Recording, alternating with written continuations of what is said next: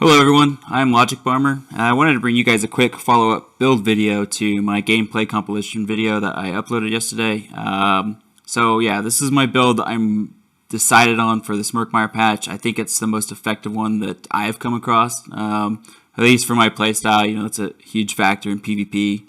A lot of people try and just copy a build, but it doesn't really fit their playstyle, so then they end up, sucking at it. So if you're like me, you like more calculated, pick and choose your target type of playstyle, give this a try. I think you'll be very impressed with it. So real quick, let me give a little bit of background as to why I settled on this build. So yeah, previous to the Murkmire patch, we had everybody that played Stamina running 3 Swift Jewelry and immovable speed pots with champion points attributed to sprint cost reduction and all that. So everybody was solely focused on their speed in terms of survivability anyway, because that was your survivability. You could outrun line of sight way easier, and I've heard even that the game engine itself was having issues, so apparently it could not lock onto targets, and a lot of times we would be negating damage just because it couldn't hit us, the game engine. So it took a nerf, like everybody expected. That's including the Swift Jewelry, the Speed Pots, everything took a nerf, even if you're running Vicious Ophidian, which that's not that common in PvP, but some people do it. All of that took a nerf. So I, like probably a lot of you guys, had an issue where all of a sudden, once Murkmire hit, I had trouble staying alive. I couldn't line of sight. I couldn't, I just found I kept getting snared and basically just a standstill fight every time. So it really took me a little bit to figure out how to evolve my playstyle into something that's a little bit more calculated, a little bit better for this patch. So without further ado, I'll get into it. First, I'll start by going through the skills I have in my back bar. So to begin with, I am running a 2-hand bow build, which is, the classic beta stage of ESO when everybody was running that, the good old days. So yeah, my first skill I have in this bar is a flex spot. I have Draining Shot. This is what I use for group and solo open world play. I like the heal that it gives, and you do get a stun. It's kind of a weak stun at only 1.5 seconds, but it does the job. Plus, you get the knockback, which Binding Javelin no longer gives you. So if you're playing in Cyrodiil and, people are on top of the keep, you can still knock them off the ledge, which is about as fun as anything in this game. So this is what I run most of the time. The only time I'd switch it out is when I'm dueling, and I'd switch it out with Binding Javelin, and that's because you get the extra 2-second stun. And really, a lot of times in PvP, it's not just about how much damage you're putting out, but also about the timing of it. So yeah, I mean, in dueling situations, you want to be able to time your stuns better, and of course, having a longer stun really pushes that agenda. So this is what I run most of the time, but like I said, you can switch it out with Binding Javelin if it's your preference, or if I'm dueling, it's what I do. My second shot, or not my second shot, my second skill is Poison Injection. This is an awesome skill. I mean, if you're running a bow, you pretty much have to run this. I've never seen a bow build that doesn't. So it's great. It acts as a execution ability once the target gets under 50% health. Just adds to that pressure that you can put on the enemy, because that's basically what you're trying to do. The old saying that the best offense is a great. I'm sorry, I screwed that up. The best defense is a great offense. That's exactly what I'm trying to do here. It's just trying to put as much pressure on the enemy as I can. That keeps them focused on trying to keep their health up, and instead of attacking me. So that adds to survivability just by putting that kind of pressure on them. Third ability, every Templar needs to have this, whether you're Stamina or Magicka. Extended Ritual. This is basically what defines our class in PvP. The ability to remove 5 harmful effects from ourselves is just, there's nothing that comes close. You have the Purge from the Alliance 4 skill lines, but it costs way much more Magicka, and this is just the way to go. Plus, you get a little bit of heal from it, so I'll get into it further in a little bit, but I'm running Troll Queen, which this pairs up very nicely with. Fourth ability is Restoring Focus. Now this got a huge buff once Murkmire hit. Previous to Murkmire, it was only giving us the Major Resolve and Major Ward. Now we get also 240 stamina recovery, which is awesome. Yeah, I mean, I must just say you need this. I'm a big fan of stamina regen, so yeah, run this. You can change it out with Repentance, I guess, if you're in a group and killing a lot of people, but this is usually going to be way better. You get the extra defense plus stamina recovery.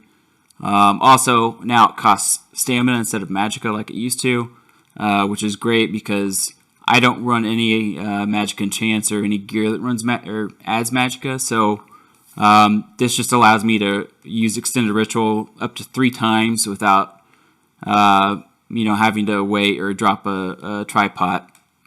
So it really adds to our survivability.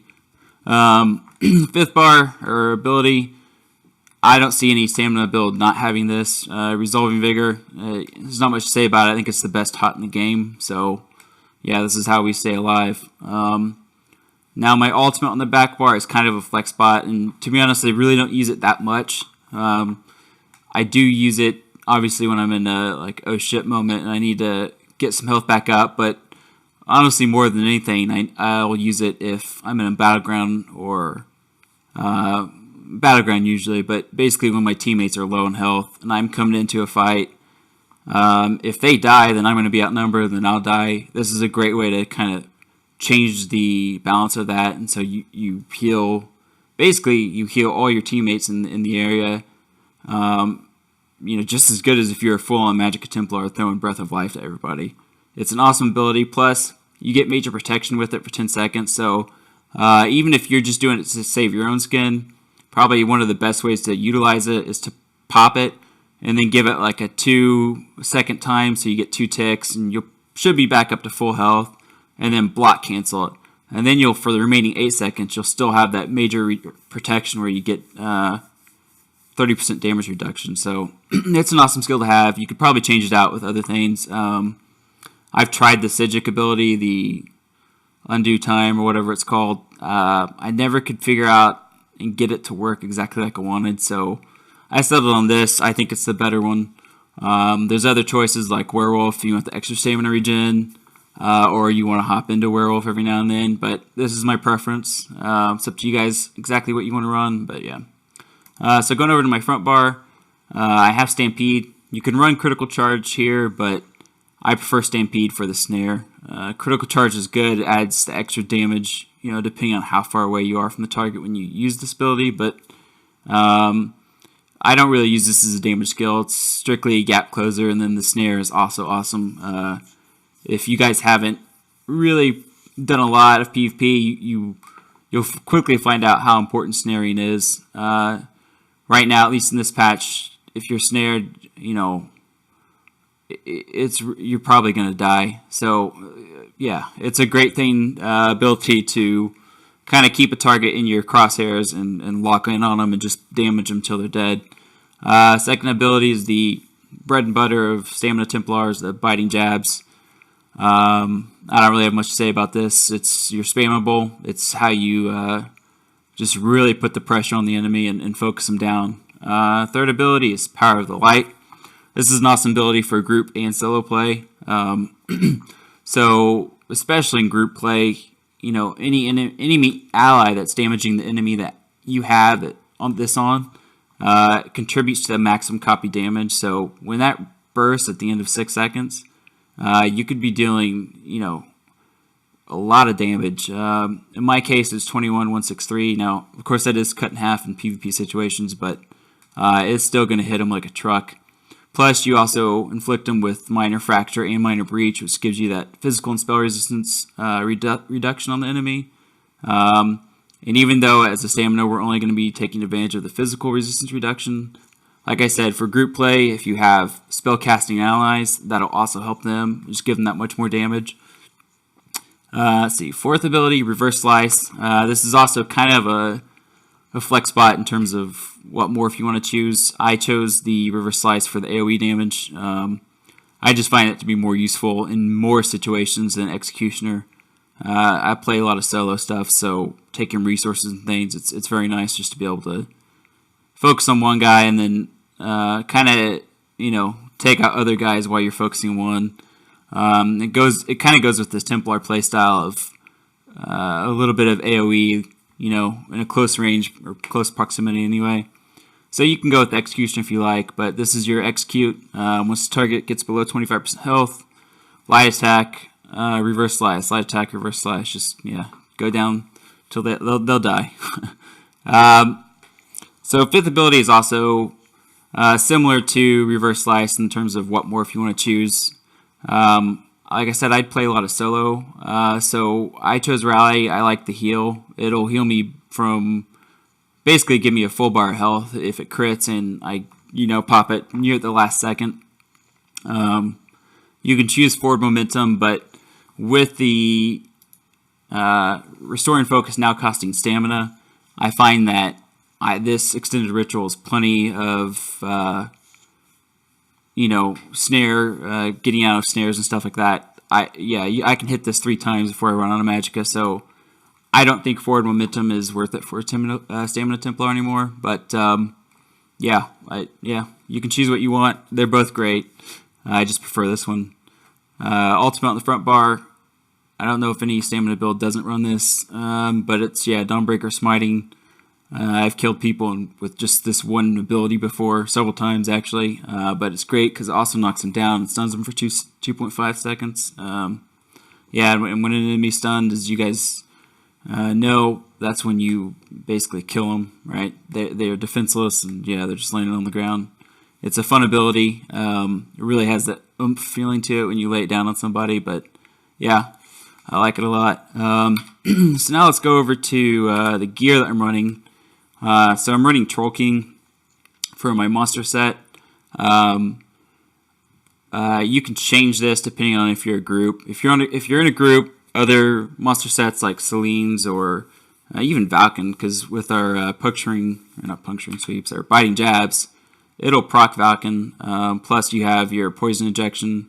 So you can take advantage of Valken Scoria as a Templar pretty well. Celine's is good too. Even if it misses, the enemy still usually has to roll dodge to get out of the AoE cone of the bear, so they'll burn stamina doing it. I've had a lot of success with that, but my preference is Troll King. Just the stamina recovery. This is basically like having a healer in your pocket, so it's gotten me out of trouble more times than I can count. Another good set you could probably run here is Bloodspawn. Especially if you're a vampire, do not run Troll King. You're going to get hardly any benefit out of it because of the health recovery reduction as a vampire. But but again, my preference is Troll King. I find it to be useful in the most situations. So now my second set that I'm running is Ravaging. I'm running 5 heavy, 2 medium. So Ravaging is an awesome set.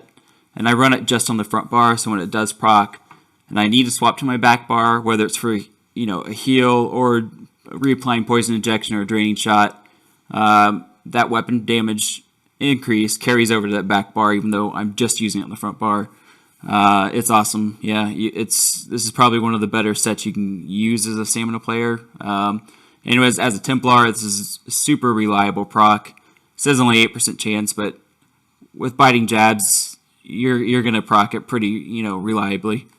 Third set, I'm running Bone Pirate, so I've got 5 heavy, like I said. Chest, helm, shoulders, gloves, and legs are all heavy. And then I'm running a medium belt and medium shoes with Bone Pirate, and then jewelry as well for Bone Pirate. So on the enchants for jewelry, I have 2 infused. I'm a huge fan of stamina recovery.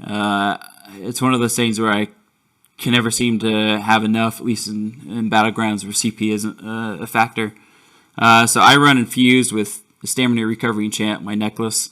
If you're really good about managing your resources and doing a lot of heavy attacks and stuff, you can get away and put weapon damage on here. But it's just I seem to, whenever I'm wanting to burst somebody down, I don't have time to do a heavy attack. I do weave light attacks and put everything I can into killing them. So having that recovery is key for this build in my opinion. So second one, I've got robust enchant, or robust trait rather, with weapon damage enchant. Yeah, pretty simple. Just give that extra weapon damage. You get, yeah, nothing else to say about it. Third one is infused. So like I said, I'm running 2 infused, and I'm also running weapon damage on this one. Yeah, not much else to say. Let's see. So I said I'm running Ravaging on the front bar. I chose a axe, 2-hand axe, because I like the bleed that you can get with it. And as far as enchants go, like I said, I'm a huge fan of stamina recovery, so I did the stamina recovery and physical damage glyph. You can run other things. Oblivion's nice if you're fighting somebody that shields a lot. Disease is also nice, and poison is also nice. However, I find the stamina recovery is my key. I don't like to rely on procs as much. I like that extra bit of control I can have. So if more stamina recovery means an extra set of jabs I'm throwing in there, I'll take it. So that's my preference. There's other good ones too, like I mentioned. So the final item is the bow. Now, as you see here, I'm running the Maelstrom bow. This does nothing for the build except for that it's snurn-honed, and then I've got, it golded out, so I'm getting all the weapon damage I can from it. Ideally, you'd want to run Master's bow for the poison injection, because once you lay poison injection down with it, you get the extra, I think, 256 weapon damage. So it's definitely an awesome resource there. However, if you don't have a Master bow, like me, you can also run the Black Rose Prism bow. That's an awesome one. Now, of course, that's only going to work if you use the Draining Shot or its other morph.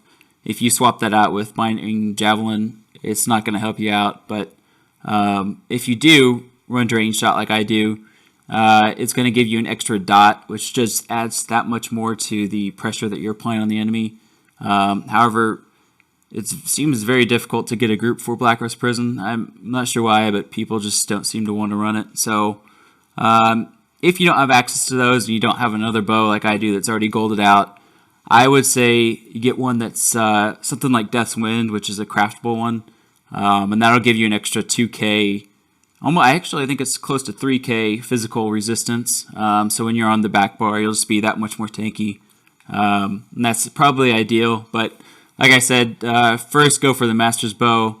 Then if you don't have that or can't get to it, get the Black Rose Prism bow, and you can run that on normal to grab that one, so you don't have to run it on vets. It's easy for beginning players, as long as you can find a group, of course. And then finally, if you really are a beginner, run something like Death's Wind. Like I said, it's a craftable set. It should be pretty cheap. It's only a 4 trait, I believe, so even if you're a beginning crafter, you could still probably craft it yourself. And then for the trait on this, I like Nirnhoned.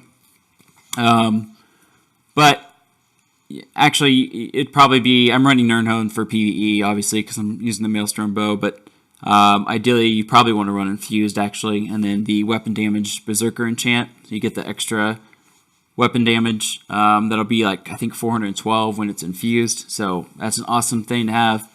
Let's see, and then what else do I got? So for potions, like I said, I'm moving away from the speed potions and instead going for kind of more of a little bit stationary, but just upfront damage and survivability.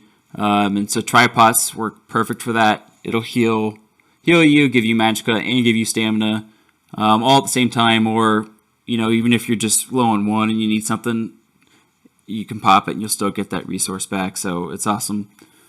So for food, I am running Dubious Camoran Throne. To me, it's not worth the cost of the gold version, but you can run it.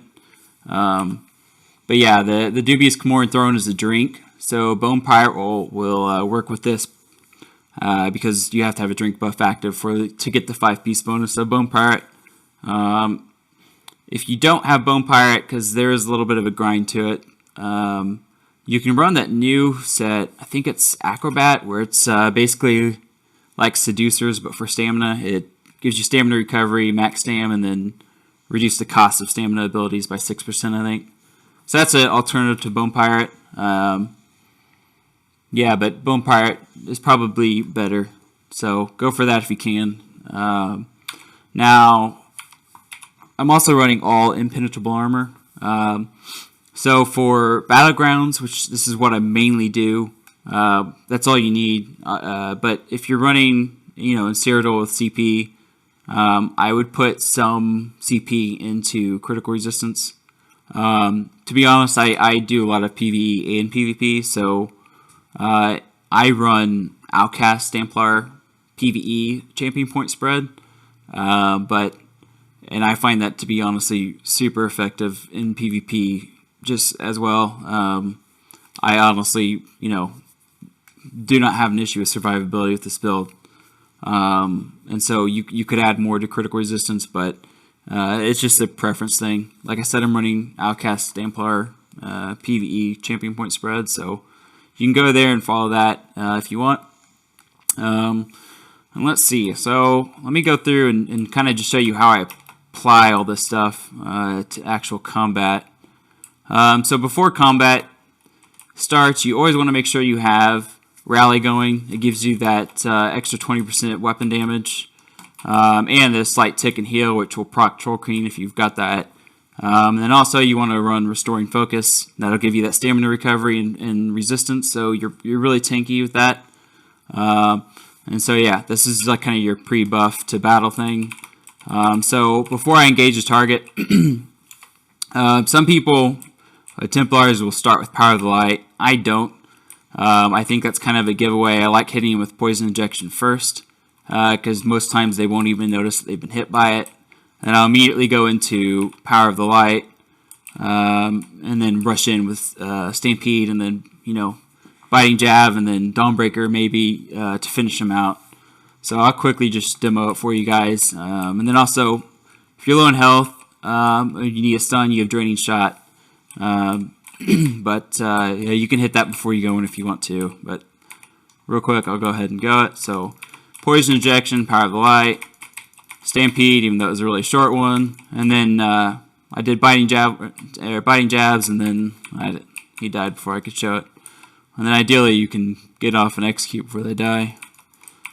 Let's see here. Alright, so I'm going in. I'm doing execute a little bit prematurely, but you can see how I'm weaving light attacks in with it. Let's see. Do one more and incorporate Dawnbreaker with it. So Poison Injection, Power of the Light, Stampede, Dawnbreaker. That'll stun them. Biting Jabs, and then execute. Now, meanwhile, you always want to be trying to weave your light attacks into the attack. It's kind of an underrated thing for new players. A lot of times they don't realize how effective that is, how much damage it adds, but it adds a lot. So always weave light attacks in, even if you feel like you're slow. Don't go into the crave of just spamming jabs. Make sure you get that light attack in there, right? And you can practice it on a dummy. It doesn't have to be done in PvP. But you want to get that going because it'll proc your enchant too, which in my case, and I would think you should do it too, you'll also get that stamina back, which, in CP, Cyrodiil stuff, you're not going to really find that much of an issue with stamina recovery with this build. But in Battlegrounds, managing resources is always the key. So the more you have at your disposal, the more survivable you're gonna, the better you can survive, and the more damage you can throw out. So yeah, always trying to get those light attacks in. So I think as far as Mundus Stone, I'm running the Warrior. I like it. You can run the penetration one if you want. It adds physical penetration. I forget what it's called, but I like Warrior because it also helps me with my heals. Yeah, so I would go with that. And I think that's about it. So yeah, let me know if you guys have any questions or concerns. If you want to group up sometime, I'm more than down. Yeah, thanks for watching.